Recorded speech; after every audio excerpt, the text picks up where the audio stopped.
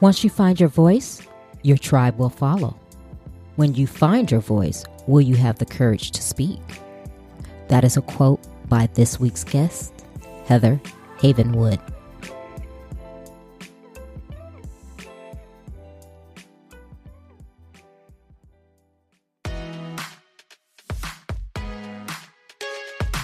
Welcome to Trina Talk. Trina Talk is a weekly podcast that will inspire and empower women of all ages to strive for the impossible. Your host, Trina L. Martin from TrinaMartin.com, is a motivational speaker, leader, and cyber tech expert. Every week, Trina will share wisdom gained from her life experiences and lessons learned while pursuing her goals to inspire you to achieve the next level in your life. Now, your host, Trina L. Martin. Hello, welcome to Trina Talk. I am your host, Trina L. Martin, and this is episode 27. The topic of this week's episode is Double Down on Who You Are. My guest this week is Heather Ann Havenwood.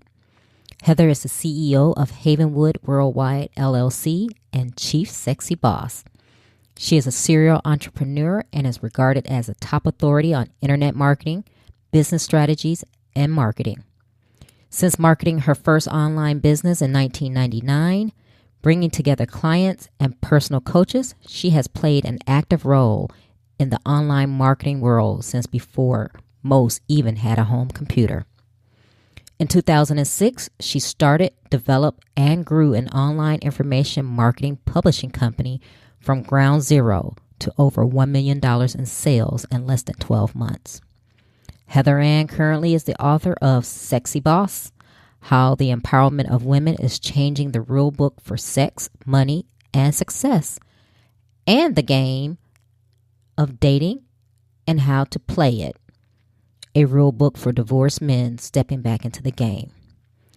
Heather Ann Havenwood is smart, sexy, savvy, and now stepping out from behind the curtain to educate, enlighten, empower women entrepreneurs to grow or start an online business and live a fearless and fulfilled life. Hello, Heather. Welcome to the show. Thank you. Thanks for having me. So I have been reading your bio and I like your name, Chief Sexy Boss. I'll give it to you. You can have it too. I think there's more than just one, right? I saw that and I was like, that is great. That's my girl, right? Yeah. Yes. And you have authored several books. Yes. And you have started several different companies. So just start out telling us a little bit about how you became the sexy boss. Thank you for that. And I do really feel that it's a term that all women have inside of them, you know? So I'll explain to you what that is in just a second. But how I became it wasn't something I wanted to be necessarily. I became an entrepreneur when I was, let's see, how old was I? I don't even know, 25, 26 on accident. I started my first business in 2005, but I started traveling the country in 2001, and I was doing like real estate seminars. So I'd produced over 450 events in 7 years. I traveled the country doing buying and selling real estate, seminars, things like that, working for a large seminar company. And then I started working and consulting with speakers, and then grew a consulting business. And then 2005 grew an information marketing company from $0 to $1 million. So I've been working with speakers and influencers and entrepreneurs for a long time myself, building businesses as well as personal branding for a long, long time. And so Sexy Boss came to be after I built a company from $0 to $1 million. Then I completely lost everything. I had a bad business partner and he stole everything. And so my house went into foreclosure. I went through bankruptcy and just completely bottomed out. It was right 2008. So it was really a challenging time to bottom out at the time. So when I was kind of crawling my way back and finding my way, I had a dear friend of mine, Joe Sugarman, who said to me one day, "You're like a sexy boss over like salad." It wasn't very sexy. He was like talking to me over salad in Vegas. He's like, "You're like a sexy boss. I think I'm going to get some ice cream now," or something like that. It was kind of funny. And I was like, "What do you mean?" He goes, "Well, you're like a boss because you own your life. You're not being a victim to what's happening. You're really stepping into your power. But the sexy part is your woman and your feminine. and I think there's a combination there. You're like a sexy boss. I was like, wow, okay. So I wrote the book, and he was a forward to my book by Joe Sugarman, one of the top copywriters in the world today. He's in his 70s, but he's amazing. I like that story. Now, you said that he said the name Sexy Boss because, you're a woman, but you're not letting things get you down. Yeah. Just how did you do that? With what happened, your partner, your bad business partner, and then recovering to come back the way you have. How did you do that? Wow, I wish I could say like, do this, like a fairy dust, but there's just a lot there, right? It was definitely a very deep, emotional, personal journey. There was a lot of me looking at myself like I was a loser and a failure, but there's a lot of things that I learned from it. So there's a couple of things there's a lot there, but I'm going to pick on a few. So because I think it would help the most. Okay. So one of the things that, so what happened is I ended up, I was in my home, I had a home, and had a business partner. We were going very well. And then one day I came home and everything was gone. So bank accounts were cleared out, merchant accounts were changed. I was completely shut up from the business. And then my house got triggered into foreclosure within about 30 days. And then I had to file personal and business bankruptcy within a year. So I ended up living in my car and people's couches and dear friends' guest rooms and things like that for a while, trying to figure it all out. And of course, it was a bad time for everybody. This was 2008. The first phase of anything like that, it's like a death, right? So there's a lot of self-doubt and blaming myself and victimization. I went through that. I think the next phase, a lot of men don't go through. There was a lot of people saying things like, well, women aren't supposed to be entrepreneurs anyways. You should never tried that. You need to go get a job, just go get married. That was a good one. I thought that was good. I'm like, oh, that's a choice. I can just go get married. So anyway, right? Like, oh, okay. Yeah. So there was a lot of things I think that men don't usually go through, because men are sometimes like, oh, you failed. Get back up, man. You can do it. Get back up. Women are like, see, you shouldn't be, I told you shouldn't be an entrepreneur. Women are entrepreneurs. My family was like, stop playing entrepreneur. Stop playing that whole business thing. I actually had my uncle call me and say, your mom called and is upset because you're being an entrepreneur. You and I both know only men can be entrepreneurs. Stuff like that. Wow. Only something a Southern man can say to a Southern woman, right? But I had a lot of discord. Even the guy that I was living with at one point, I was on his couch. He said, "Can you just be normal and just go get like a waitress job? Can you just please go be normal?" Now, at the time, I actually was like going trying to get a waitress job because I'm willing to do anything. I think all entrepreneurs are willing to do anything, But it was 2008, and I couldn't get a waitress job, so it was like I can't even get that, you know what I mean? Yes, I remember. It's like, man, I suck. All right, so there was a lot of self-doubt. I'm not gonna lie. And then there was a couple of pieces I think that universe or God put you in a path. And there was two pieces. One was I was at this little event. I was out with all these badass entrepreneurs at the time still, because I still had a huge connection to massive entrepreneurs. And he said to me, "Heather, I want you to take this pen and write after me." He said, "Hi, Heather. Havenwood, give myself full permission to fail." And I just started bawling, right? Because I don't fail. Women aren't supposed to fail. We don't have the permission to fail. It's cool when men fail. Like, it's not cool when we fail.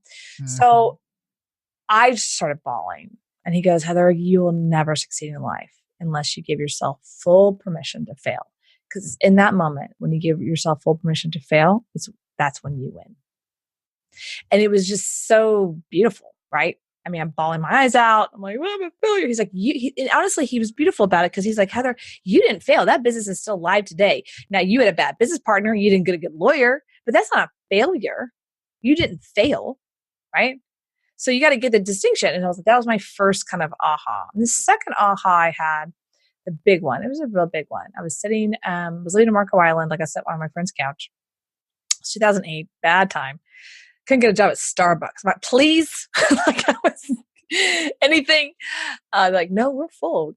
Starbucks are closing. It's bad in recession when like Starbucks close. You know what I mean? Like McDonald's and Starbucks close. Like, you know it's bad. Right. So it was right. in South Florida, and it was pretty bad. But I'm sitting there, and the only promise I made myself is every day I go to the beach. I went at the beach one day, and I always see the sunset. I'm sitting there on the beach, and I was just in that moment, right, with God, like, what am I doing? I had nothing. My car was paid off. I didn't have enough money for car insurance. I had a cell phone at like whatever, $50 a month, and I paid cash for it. I had no checking account. I had nothing. And I just got this download of like, who you are as an entrepreneur. Who you are. Doesn't matter if you have a business or not. It's who you are. So it's kind of like athletic, like an athlete, right? They might not be playing the game at that moment, but who they are as an athlete. They might even change the game. Like Michael Jordan, I think, changed from NBA to golf, or all kinds of baseball. It doesn't matter. He knew who he was an athlete. It didn't matter what game he was playing, right? As long as he was playing the game. So same thing with entrepreneurship. Some people try to create a business so that they become an entrepreneur. And it's like, that's not it. Like who you are is X. And then you do the things that an X does. You do the thing an athlete does, right?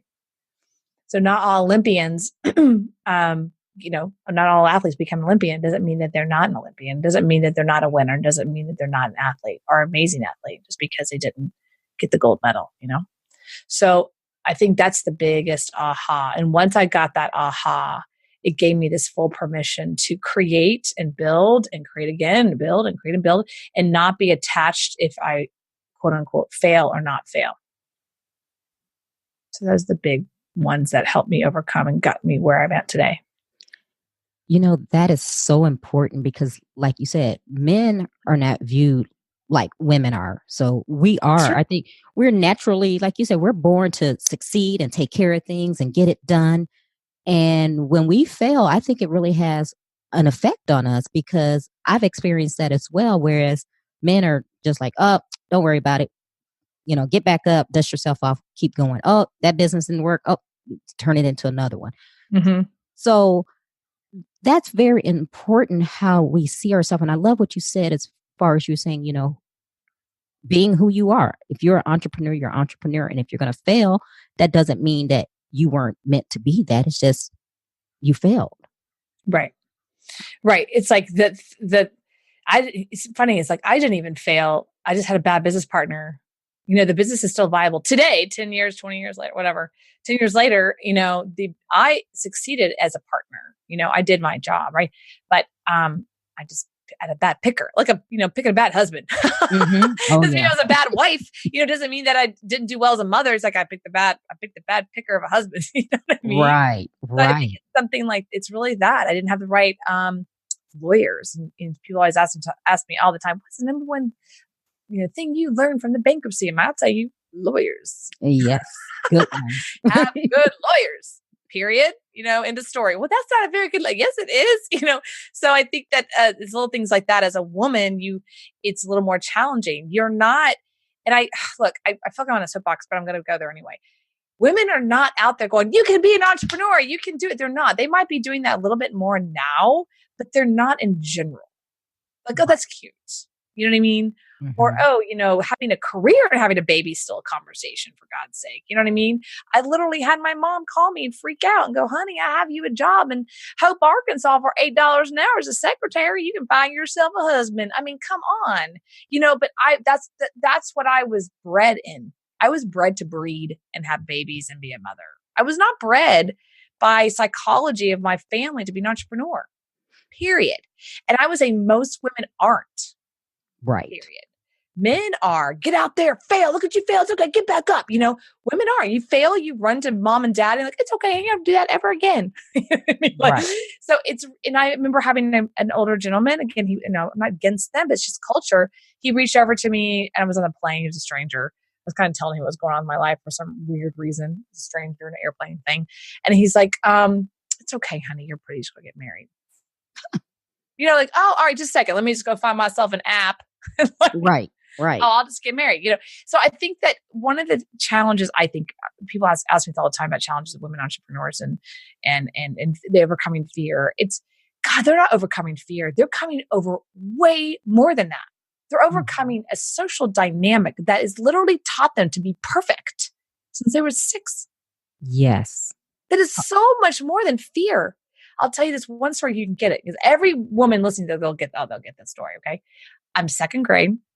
I'm a good little girl. I'm very follow the rules kind of a girl, by the way. And because I want to be liked and I want to be led by the teacher, right? So I remember sitting in my classroom, waving my hand because I had to go to the bathroom, right? Waving my hand and waving my hand, and I am not moving out of my seat because Miss George always told me never to do that. So I waved my hand forever. Well, I finally peed in my pants because I couldn't hold anymore. And then after all the drama and people laughing at me and all that, mom being called and getting the new clothes and all that drama, hours later, Miss George was me and my mom in the classroom. And she looked at me and goes, honey, now I grew up in Houston, so I could do the Southern voice. Honey, why did you pee in your pants? Why didn't you just go? I said, well, Miss George, I'm confused. You told me to never, never, ever, ever get up or leave the classroom without your permission. So which one is it? Mm-hmm. Right? It's like you ask permission, you're a good girl, but in entrepreneurship, you don't ask permission. Wait, hold on, what? You know what I mean? It's so off. And men or boys are like, he's just being rebel. That's what boys do, blah, blah, blah. They never ask permission to cut up in the back of the class. They just do it. And then they get in trouble and they don't care. It's just what boys do. So it's so ingrained. It's way beyond than fear. It's like something that you are ingrained since you were 5 or 6, if you grew up in America, pretty much around then. Oh, yes, exactly. And then Southern's worse, just so you know. I grew up Southern. I don't know where you grew up. But I grew up in Chicago. Oh, okay. Well, yeah, that's more Midwest, but I grew up very, very Southern.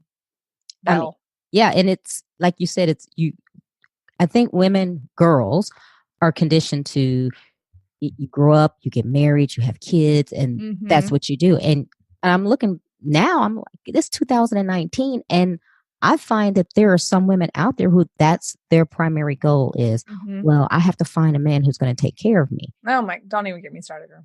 I got lots of wine on that one. I'd be like, oh, let's bop the wine on that one. Yeah. Exactly. I found out what an MRS degree was for my freshman year in college. I didn't know what that was in my life. I didn't know what that was either till some guy said it. And I was like, what? What's that? Yeah, like I'm sitting here in Baylor University. It's like $300 a credit hour. Something ridiculous. And, I'm like, what are you here for? What's your degree? Like, oh, I'm just here for my MRS. I'm like, what's that? Is that a master's degree in like respiratory something? I don't know. I was like, they're like, no, I'm just here for a husband. I'm like, what? You're going to spend what? Yes. But they do, right? But to their detriment, it's what they were told, right? Right. And, it happens all the time. And so one of the things I work with my clients is like, I work with a lot of strategy. I work a lot with strategy, marketing strategy and details. However, I just had a client who I've had for the last year and a half, dynamic, powerful, very successful 6-figure, over $500,000 a year business, just herself. And I was really working with her to take her to the next level. And it got to a point that I had what I call lovingly fire her, because I was like, there's so much stuff going on in your head right now that I realize I'm not battling my strategy. I'm battling all the stuff in your head that you can't even see what's possible. And I'm wasting your money. I'm just telling you the same thing over and over again every single week or every single month. It's not fair to you. And so it did have her aha. And I'm like, okay, here's the deal. I will only work with you if, and I was like, and I have a big, long conversation with her and all this. And she ultimately said no. And I'm not surprised. I think I wanted to take her to that next level. And she was really scared. And there was such a plateau where she was at, and such a comfort level that even though she said she wanted the $1 million business, you have to change your mindset completely. Right? And there's the sayings around that. The mindset you have now is the mindset that got you where you're at. You've got to literally shift everything to be able to get to the next level. So we're not fighting men. We're not. We're fighting an undercurrent of a conversation. We call it a string of conversations that's started ingrained to you since you were 4 and 5 years old if you're in America, right? It is so ingrained. That's what you're battling. So I do a lot of personal work on myself. Ask my clients to do a lot of personal work. You're literally having to rewire the brain pattern of your whole entity. We're not fighting men, we're not. To their excuse, like they were kind of bred and born to do this, in a lot of ways. Get out there and beat them up, Good boy, you did great. I'll be there tomorrow, so kind of thing. We weren't bred that. And I have that personality that I go out there and beat things up. And I have been, in a weird way, I've been castrated in many ways because I don't fit the bill. I look like I'm the blonde, big hair, blonde girl from Houston. So I look like I'm supposed to be breeding, I look like a breeder. So in the loving way, but I'm not doing that. And so I'm castrated all the time. I'm constantly, why are you, like you're not supposed to be doing that kind of thing. And so it goes both ways. And so I just encourage anyone who's listening, it's about, what do you want? What do you care about? What's important to you? Right? What's going to make you happy? What's going to bring you to that finish line? For me, my big why in life is at the end of my deathbeds, wherever that is, in some southern, Florida nursing home that with my friend next to me with no teeth, whatever. It's like, I really want to say, I helped 10,000 women on this planet create businesses for themselves and money for themselves, that they could really choose the life that they want. Because I'm very clear between you and me and whoever's listening, that when a woman has their own income from whatever, I do not care if it's an Etsy business, right? When she has her own income, she will make different choices. Meaning, I don't know if she'll just marry that guy. When she has her own income, there's just different choices she makes. There's a different kind of confidence in herself. And that's what I want to instill. And so for my channel, my thing that I can give to the world is I can help people build businesses online. I've been doing it for 20 years. Wow. I just love everything you just said. It makes so much sense. And we're fighting ourselves. Yeah. Fighting ourselves. Yeah. Yeah. You can get mad at, our parents. We can get mad at our dads. Get mad at society. But really, we can march on Washington, D.C. and say, no more. I get, look, I get it. Believe me. I just prefer to say, let's just go build something. Mm-hmm. Right. Now, when you're working with your clients, and like you said, you had the one client who was just kind of complacent where she was, do you find that a lot? And what do you do to help women get out of that spot to go to the next level? Yeah. So when people are working with me, they quickly realize I don't put up with people's bullshit. Right. Mm-hmm. I don't. So I'm pretty direct. And I don't care if it's a man or woman. I mean, right. My clients, they all know I will be direct in what I call a loving way. And then I hug them. Right. So, however, I get that movement only comes from a feeling and an understanding of an uncomfortableness that they have to move. Right. So my job is to get them to that point as fast as possible. Like, okay, you got that? Great. What's next? Okay, getting them to that point, they're always at that next level of uncomfortableness. It's like, I'm uncomfortable here. Perfect. This is scary to me. Great. That's where you should always be. Entrepreneurship is not a land of comfy. Ever. It's never comfy. If you're comfy, then you're not an entrepreneur, you're not growing. Period. Mm-hmm. If you want comfy, go work for the government. That's comfy. Mm-hmm. Right? And I'm against that either. I do not encourage people to be entrepreneurs at all. I don't right? My point is that I do move people. Every single one of my clients, even that other client that I fired, she still, she was like extremely knowledgeable. Like, I have moved mountains since I've worked for you. Right? The girl has moved mountains, but she just she hit that wall. Right? And she's like, I can't get past this. Right? And like, I honor her choice not to go past it. That's her choice too. But it's also my responsibility as a coach to realize when what I'm saying is no longer even being it's not penetrating. Right? So I think a lot of people just can, quote unquote, take their money. I'm like, I'm not interested in that. I do want clients to move. And every single person that's come into my sphere in life, their business just moves mountains.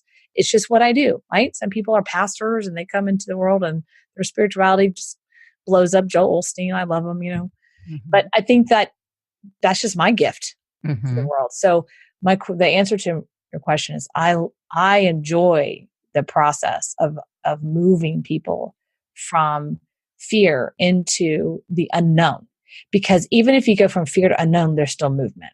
Mm-hmm. That's the key. That the key is staying in the unknown. The problem is with that is that women on a core level, we want to know. We want to know where we're at, what we're doing, what's going on all the time.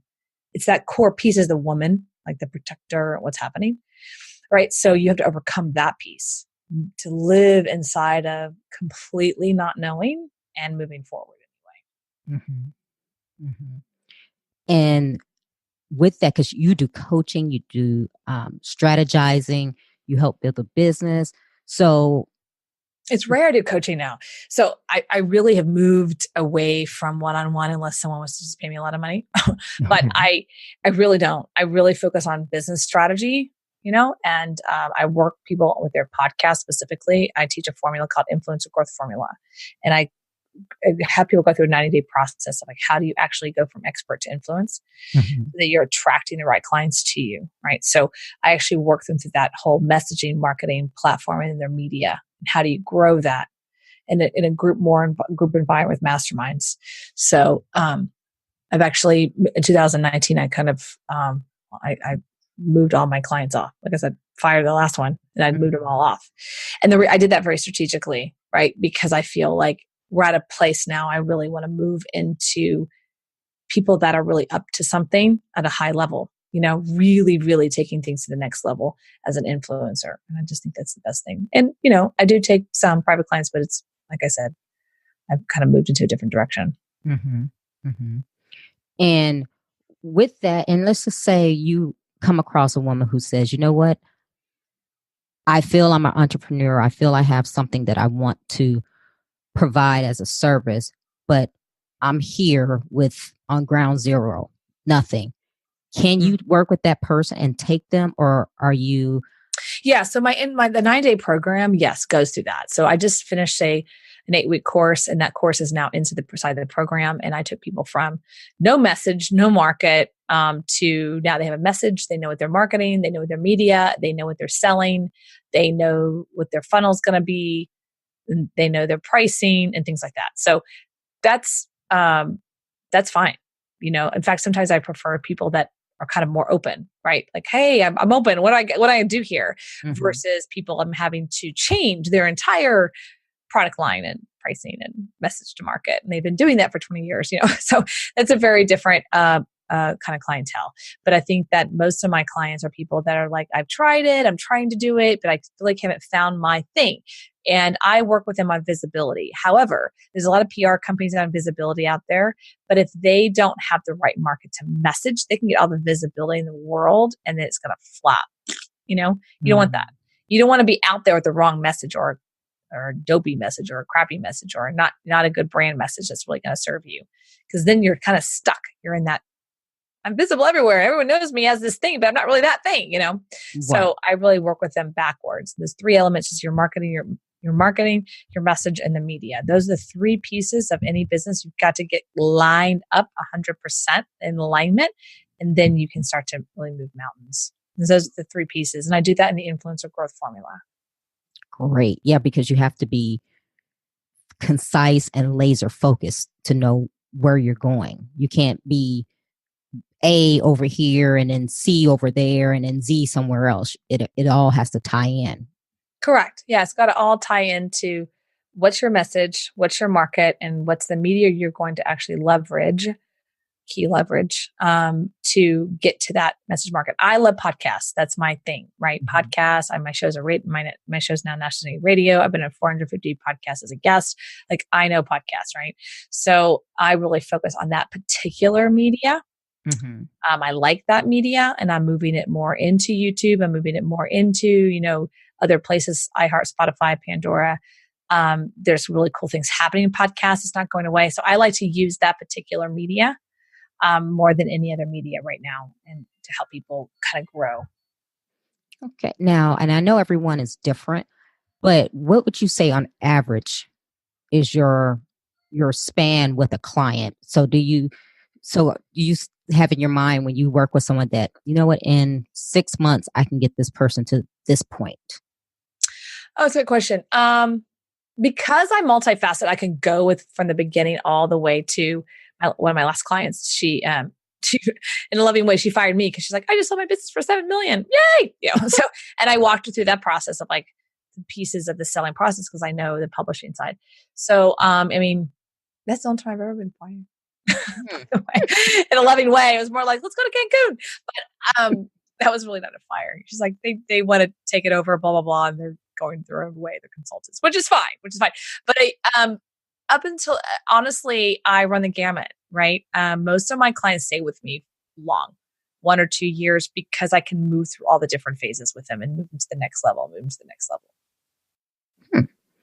Okay. Now, you say you started out in real estate. Yeah. And if you've had different businesses that you have grown from nothing to $1 million businesses. Yes. How did you educate yourself and get to that point where you're like, okay, this is what I am good at, and this is what I know, and this is how I'm going to spin it? How did you get to that point? So that's kind of like asking Michael Jordan, like, how did he start basketball? I mean, it's just what he had in front of him and started to do it and practice. I have been in the information marketing, internet marketing business since 1999. My very first course in internet marketing was at college in 99 with my first business plan. I started the first business online 2005 on accident. I my master's degree in online marketing in 2010. It's like just it's what I'm good at. Mm-hmm. It's kind of my natural thing. I think when and then my last company in 2015, where I took a business and nothing and 0 to 1.5 in sales, e-commerce business, weight loss company here in Austin. I think that was that's the last one that I was like, okay, I can build businesses, but I prefer to empower more people to build businesses and really impact the world. Right. So, cause that's what I'm good at. And I'm really good at building. I'm still building my own business. I'm partnering with another business on the side, but that's my strength is I really want to empower others, like how they can do it too. If I can do it, they can do it. I'm not really necessarily special. I have self-educated myself. I've been to many, many, many copywriting seminars and events and my own coaching programs and things like that I've taken in masterminds, a lot of masterminds. Mm-hmm. So I think that I've self-educated myself as well. Mm-hmm.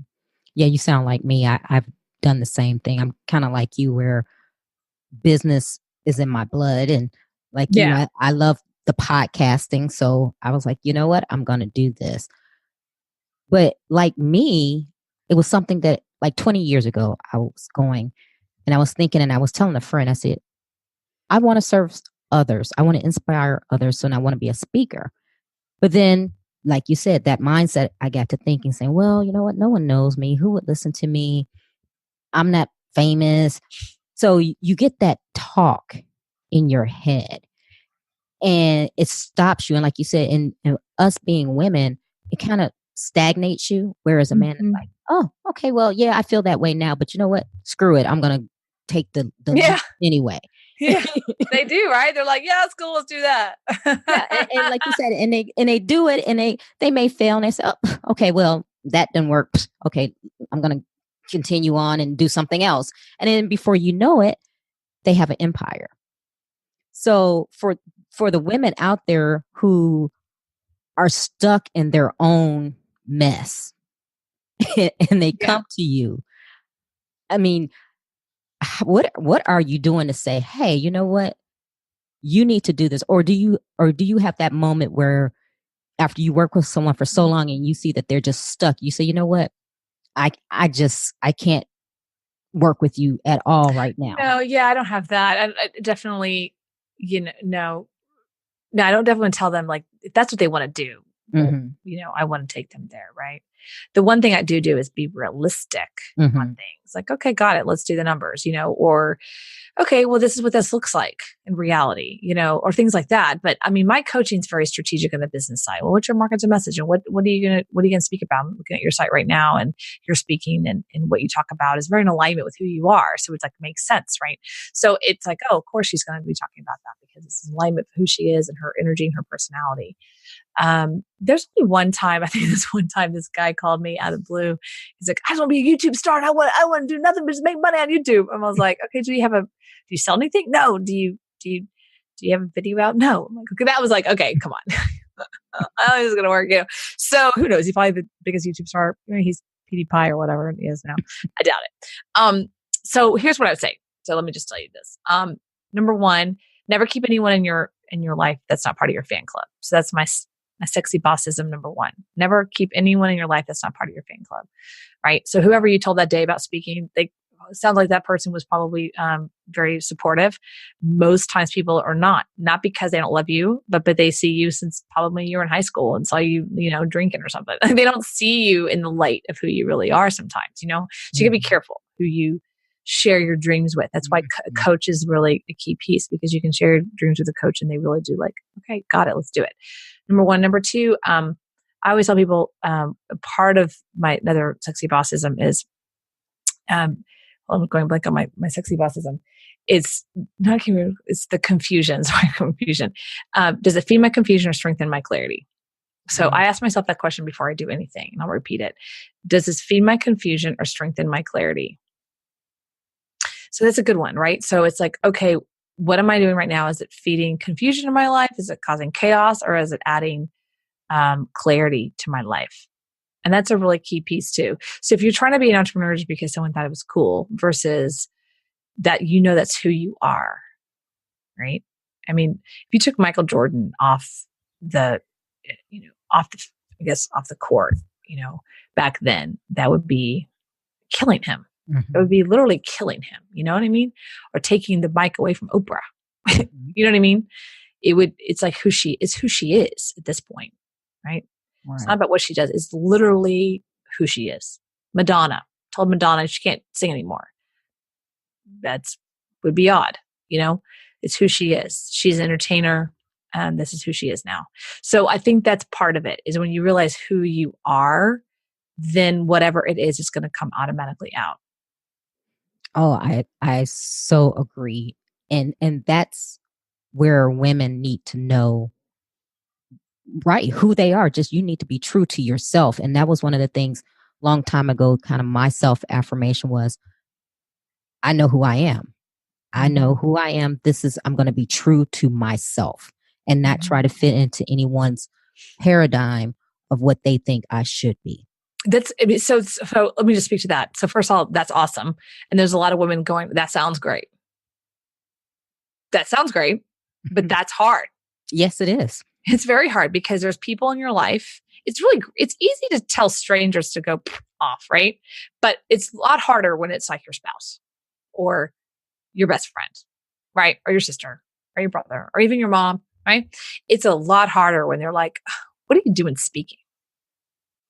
Why do you think someone's going to listen to you? I mean, because it really is, that's what happens. It's the people closest to you that sometimes are the hardest on you. And then you add your own stuff in your head, right? I call it the monkey mind. You add the own monkey mind in your head, then it's even louder. It's on top, it's on level 100, right? And then you're dealing with that. That's really hard to overcome. It really is challenging.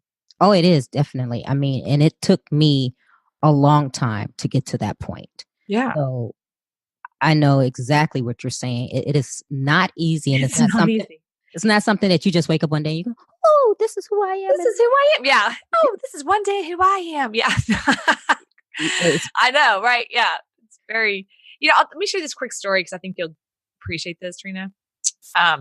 So last year I did a comedy class. So I took a comedy class. You ever done that before? No. Okay. I highly suggest it. by your tone of your voice, like, no, I'm like, you should. So I did about 1.5 years of improv and I loved it. And I didn't know that improv was the baseline of comedy. And actually improv really helped me with like podcasting. I had no idea. It's just one of those things I did on random. And so after about 1.5 years of improv, and they literally were like, Heather, we have nothing else for you. We have to kick you out because we have no more courses for you. You've taken all of our courses. They said, you need to go to comedy. And I'm like, oh, hell no. Because that's like, to me, the worst, scariest thing ever. Because I can get in front of a stage at any time. Like yourself, I do public speaking. That's fine because I'm educating. I'm serving. I'm giving. And if they laugh, that's like a bonus point, right? Like, right. Oh, but it's different when you're on a stage. It's just you and a mic, no PowerPoint, right? And it's a big old spotlight. And there are people in the audience are like, okay, make me laugh. There's such an expectation, and it's so high that it just freaked me out. So I go through this course, 12-week course. I was on the waiting list for like 2 years. And they call me like a Friday at 5 o'clock. I'm like, hey, we have an opening, like starts Monday. I'm like, oh my God, are you kidding me? Like, do you want it or not? I'm like, okay. So I take it. It was not a great experience. It was very challenging for me because everyone in there I felt was funny. You know, they were just like naturally funny. I am not funny. Like I even said my first day, I raised my hand and I go, I'm here because I'm not funny. Your job is to make me funny. And everyone laughed. I'm like, it's not funny. I'm not funny. You know, it was this whole like, no, seriously. So I, after doing the course for 12 weeks and then how you graduate, right? You have to get on stage and do a 5-minute little thing with a live audience, right? With your friends there and all these people who are going to judge you. So, and I hired a comedy coach, not my teacher, like the day before. I gave him money. I'm like, okay, how am I going to do this? And he goes, here's the beauty of comedy, Heather. You double down on who you are. That's it. You double down. If you think about the massive comedy, right? The comedians we have, Ellen, even Joan Rivers, they double down on who they already are. But to be able to do that, you've got to really know who you are. Chris Farley, right? Eddie, I forgot his last name. Eddie Murphy, thank you. I mean, you know, he doubled down on who he already is. That's what makes it funny. So I said to him, well, I don't know what I am. He goes, what are you talking about? You're a blonde hair, big boob badass. Like, go be that. And I'm like, but that's not funny. He's like, you're going to make it funny because you're going to double down. Everyone already knows that's who you are, but you're trying to cover it up. Stop it. Like double down, like literally on it. And it was the first time someone literally gave me permission in a weird way to like be that. You know what I mean? Wow. So it was really interesting. So my very opening line was, I walked on stage and I said, you know, I came from a debutante home. My mother's a debutante. I said, hi, my name is Heather Havenwood. I come from a very debutante home. There's only 3 things my mom wanted for me: to marry rich, to have a lot of babies, and always look amazing when I leave the house. Well, Mom, 1A and 3 ain't bad. You know, like that was my opening line. You know what I mean? It was like, because like I don't have kids, I don't have a husband, and I always look amazing when I leave the house, right? like a good Southern woman does. But my point is it was kind of this weird shift in my whole speaking career, and even on my podcast. Right after that, I rebranded because I was trying to be what everyone thought I was, even online. And I was like, no, I am not a I'm not a sweet girl. If you look at my old brandy, it looks like I'm a sweet girl next door. And I'm not. Let's just be honest. I'm not. So I'm strong, I'm powerful, and I'm direct. And that's who I am, period. I don't have to try to be that way. That's just who I am. I have to try to be nice like the girl next door. That's hard for me to do. So when you double down on who you are, like in public speaking and in your brand, I'll look at your brand right now. It's all over my screen. Like when you double down on who you are, whatever that may be, that's the power. Because here's the key. Ready? Write this down. When you find your voice, your tribe will follow. Right? But how do you find your voice? That's always the question, right? How do you find your voice? You double down on the piece of you that you think sucks. Whatever that is, you think it might suck, and everyone else thinks it's amazing. Double down on that piece, and that's the brilliance of it. I love the double down, so I'm going to use that. Just let you know. Feel free. Double H's. I'm a double D. Whatever. Whatever works. But I mean, yeah, and it really is doubling down on like who you are. I mean, Oprah does it every day. She knows who she is. Right? She doubles down on that. And there was if you look at her old stuff, because I have the whole 25th anniversary, you know, you can see the shift for her. You can see when she was trying to fit in, be a reporter and trying to be a talk show host. There was a moment. There was a year when it just went, it shifted hard. And it shifted into like, this is me. I'm spiritual and I'm a Black woman and I'm spiritual, period. You don't like that? You don't have to watch. You know, and it's funny you say that because she even says that. She said early in her career, she was trying to be Barbara Walters. Yeah. Look, if you look at, like I said, I have the 25 years and get it and watch it. You look at how she's talked, what she wore, her hair, her communication style. It was very in a box. Mm-hmm. And if you look at my old branding, you want to ever go back that way, feel free. You can see I did the same thing. It's only recently, like a boss, it's very in your face, sexy boss, all that. I'm not even trying. Some people are like, how'd you do that? I'm like, it's actually just who I am. Just come in my space for like an hour and you will see this is natural for me. Mm-hmm. You know, it's me trying to be something else was hard. And I always take the example of Marie Folio. Some people might be listening. Mm-hmm. You might love her, and that's great. I like, love her too. You love her. Okay. See, I don't. Here's why. She's too perfect. The girl is Okay. too perfect. She cannot be my girlfriend. Right? It's like Sex and the City. Like, you know, I'm more like a Samantha Carey. Yes. Right? Like that. She's like a Charlotte. I'm like, girl, will you please mess your hair up? You know what I mean? Like, I can't, she can never be my girlfriend. I'm like, girl, will you please mess up your hair and makeup for one day? Please, for God's sake. You know, I love her content and I love who she is. I get it. But she's just too perfect for me. Oh my goodness. See, you put the Sex and the City analogy out there, and that was my show. And I'm like, you see, you and I could be friends because Charlotte was. Are you? I'm not a Charlotte. I'm probably a Carrie. Yeah, a Carrie and a little bit of Samantha too. Yeah. Okay. Samantha was my girl. Charlotte, yeah, she was just a little bit too prissy on edge, and Miranda, she was a whole nother thing too. But yeah, Carrie, I think Carrie and Samantha made the show. But you're right. When you get someone like that is just too Miss Perfect and, oh my God, you did that. That's not right. And you're like, would you just shut up? Yeah, like someone asked me, they go, you know, I said, so, because I'm rewatching the Sex and the City season 6 right now, seriously, for like a really weird reason. And I'm like, oh my God, Charlotte is Marie Folio. I could never be friends with Charlotte. I could never be friends with her. I would ban her from breakfast. I'm like, girl, please leave. Seriously. Oh, so, and out of loving way, like, like, will you mess up your hair? Will you please look bad? Yeah, and Charlotte married a Jewish guy, and Marie Folio married a Jewish guy. So maybe there's something there, right? So maybe she resonates with Charlotte. That's adorable. But you know, Charlotte had a perfect life, right? And that's fine. Good for Charlotte and Marie, right? But at the same time, like I didn't, and I want to have ride or die girls. I can't say the word be is, but I ride or die girls in my life, and even clients that they resonate with stuff. They're like, yeah, like this is what's going on. This is what's real. I just, that's what resonates for me. And so when that comedy coach, he charged $100 the hour. Oh, wow. I know, right? He's like, I charge $100 now. I'm like, I'll take it. Sold. So, when he said double down on who you are, you're a ballsy, big boob, ballsy, bassy woman.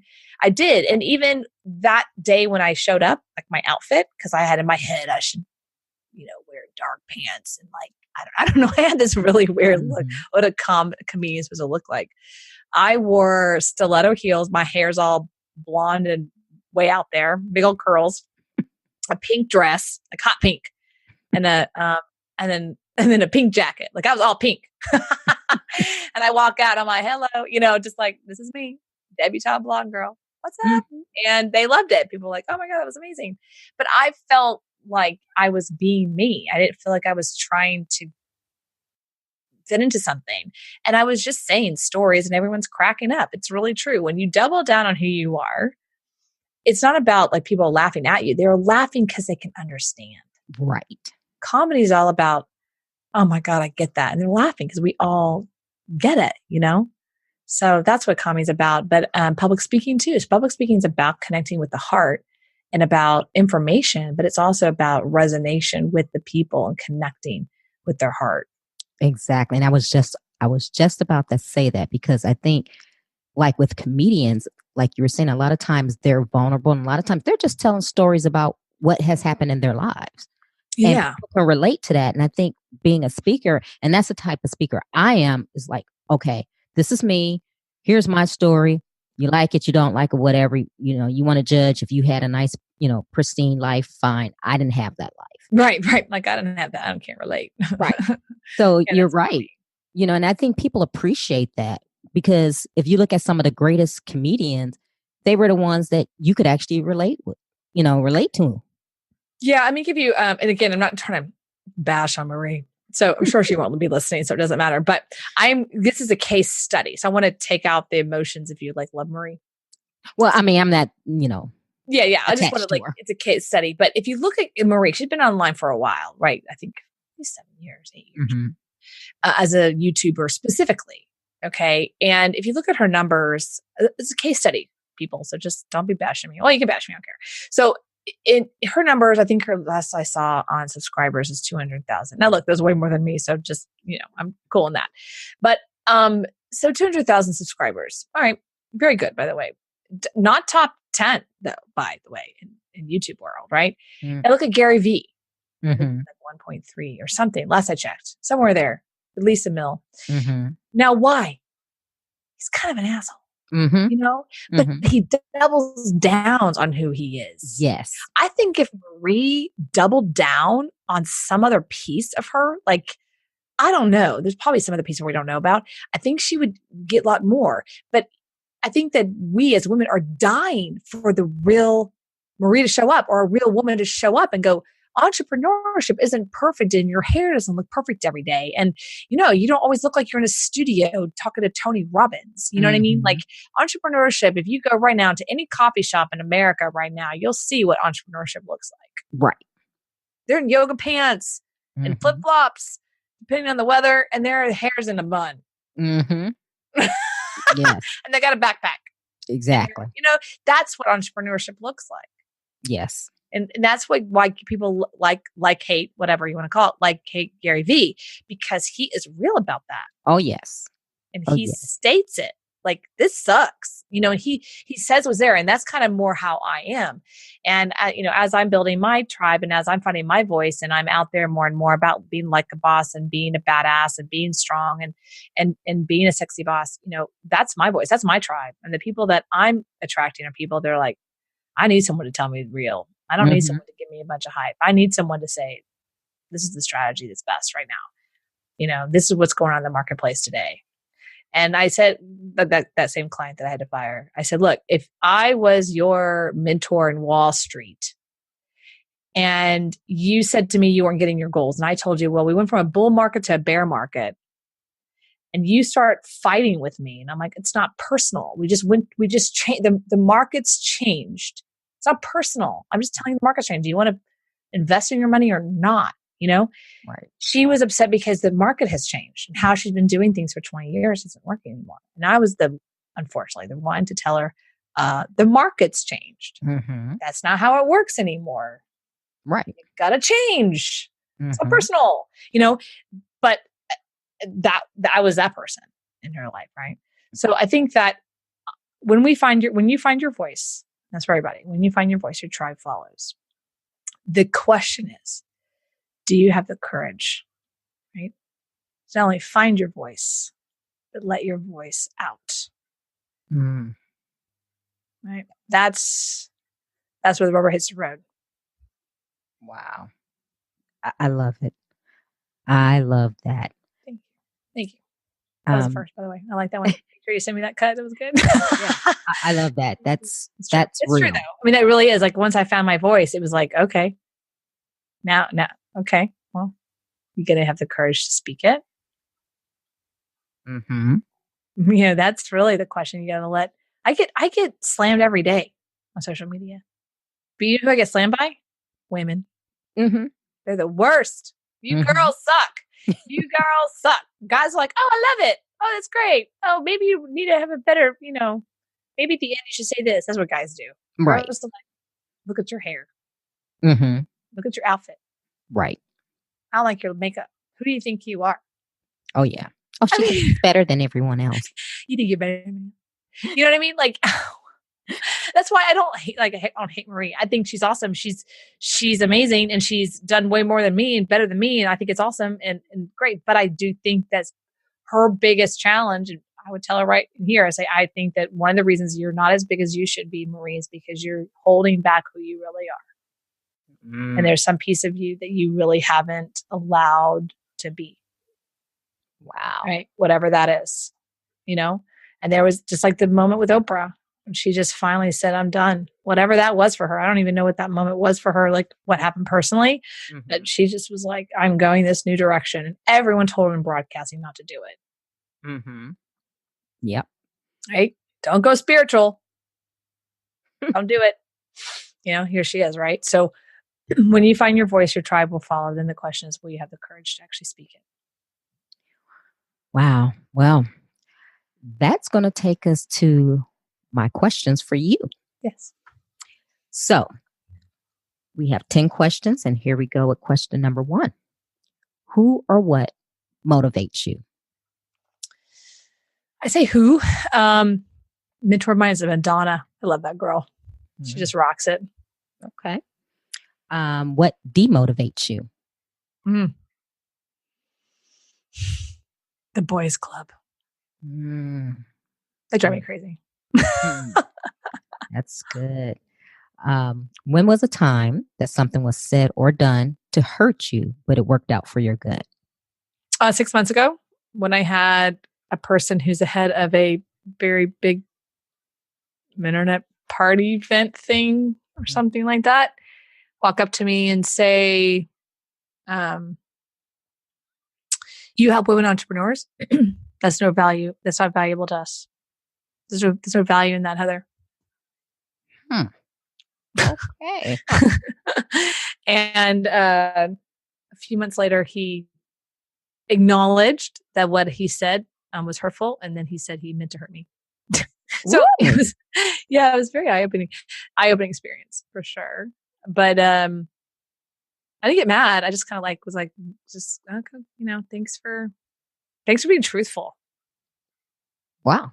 Right? Yeah. I mean, yeah. There's a part of me that wanted to kick him in the balls, right? But I just was like, wow, it's okay. That's just where he's at. Yeah, 2018. You think, right? You think that does not happen. It does. Yeah, it does.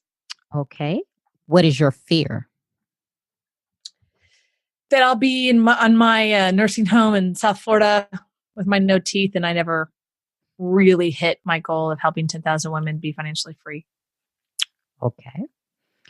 Is there a time when you wish you had done something that you didn't? Oof. Yeah. Engaged to the last man I was engaged to. Oh, for God's sake, have I not done that one? That's a whole nother podcast. But yeah, that one for sure. Okay. So here's the opposite. A relationship that didn't go well. Is there a time that you wish you had not done something? Oh, that was I thought that was a had not done something. What was that one? The other one was I had done something. Oh, okay. Well, let me just flip that. I wish I had not. Sorry about that. Wish I had done something. Okay, got it. Yeah. So I wish I've been around a long time, been around, for like 10, 15 years. And I didn't really focus on my brand for a long time. I was behind the curtain. I'm supporting other people. And I wish I had started what I'm doing now, like 10 years ago. I was in the business. I just was behind the scenes. I put myself out there. Okay. Yeah. What is your definition of success? Freedom. Yes. How do you recharge? Yoga, silence, meditation, working out. What are you awesome at? Personal branding, messaging. Very good at it. Really good at it. What legacy do you want to leave? That I've impacted 10,000 women around the world, not just the United States, that they have made new choices in their life based on the fact that they had their own money. Wow. Okay. So give the listeners one motivational takeaway. I'm going to circle back to one just because it's so good, right? Which is, does it feed your confusion or strengthen your clarity? It's so good. There's a lot of juice there. Does it feed your confusion or strengthen your clarity? And start asking yourself that question before you do anything. Like before you drink that glass of wine at night, before you eat that chocolate cake. Oh, yeah. Before you run that red light. Does it feed your confusion or strengthen your clarity? You start small.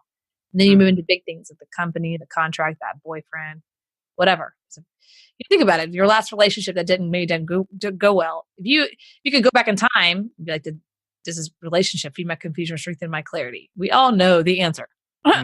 Yes. But we love. It's like, does it feed your confusion or strengthen your clarity? It's like, we caused a lot of confusion in my life.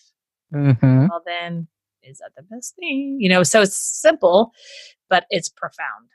Right. It is. Well, Heather, you know what? I could talk to you all night because you do seem real. And I don't know if you can tell, but I'm yeah, a you're real very real. No, you would hate my conversation. Yeah, right. I'm a real type of girl. I'm like you. I'm very direct. I like real people. And I don't try to put on any fronts for anyone. So I like when I have another person who's like that, who's like, hey, this is me, take it or leave it. And not that you're doing it in a nasty way, but like you said, you know who you are and you're real and you're not trying to placate. And I like that. So if someone wants to get in contact with you, go ahead and tell people all your platforms where they can connect with you. Then go to Instagram. That's a big one. I'm big on Instagram and also on LinkedIn, both under Heather Havenwood, the only Heather Havenwood. Also go to heatherhavenwood.com. But if they really want to contact me, they can contact me through Messenger. And then go to askheatherann.com. That's askheatherann.com. Okay, Heather. Well, it's been a pleasure speaking with you. And I thank you for taking time out of your busy schedule. Thank you. Thank you for your time. Thank you. If you're looking for a speaker for your live event or conference, go to my website and read my bio and contact me at bit.ly/booktrina. I hope you have a great week. Until then, remember, if you change your mindset, you'll change your life. Keep striving. Success is a journey, not a destination.